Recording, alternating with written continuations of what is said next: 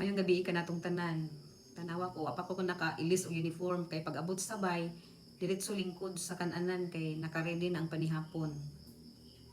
Simple lang ang panihapon, di mo dyan na mawa, inunon ragod po dog. Kanon, daog na.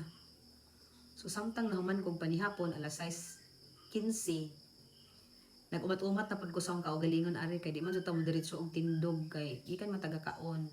So istorya-istorya sa ko. Karon di ay akong tubag guntong usa ka comment. Usa sa mga comment sa akong video sa previous video about pangandoy nga diyan unsa may tawag anang tao nga way pangandoy. So salamat Jel sa imong comment. So karon ko motubag kanang nakapangutana na ba mo sa inyong kaugalingon unsa man ang dagan sa akong kinabuhi.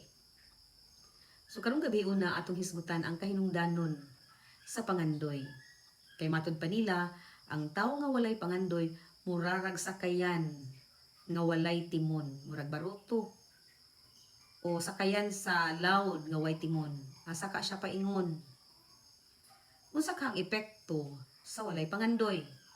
So ang epekto ni ana, walay direksyon sa kinabuhi. Sayon maratol sa bisan unsang sitwasyon. Mawala ang gana sa pagpadayon. Apan unsa man pagdiskubre sa pangandoy? Sayon ra. Pangutan ang imong kaugalingon, unsa man gyud ang akong gusto sa kinabuhi. So pag-explore og bag-ong butang, mga skills and experiences, pangita og inspirasyon gikan sa uban.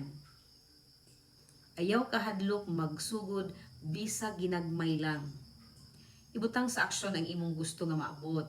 Pagpabilin nga determinado og padayon sa pagkat-on.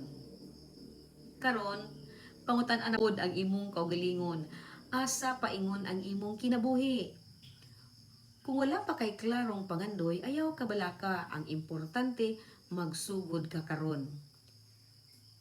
Ug hinaot nga Jel ang imong pangutana, aho ang natubag.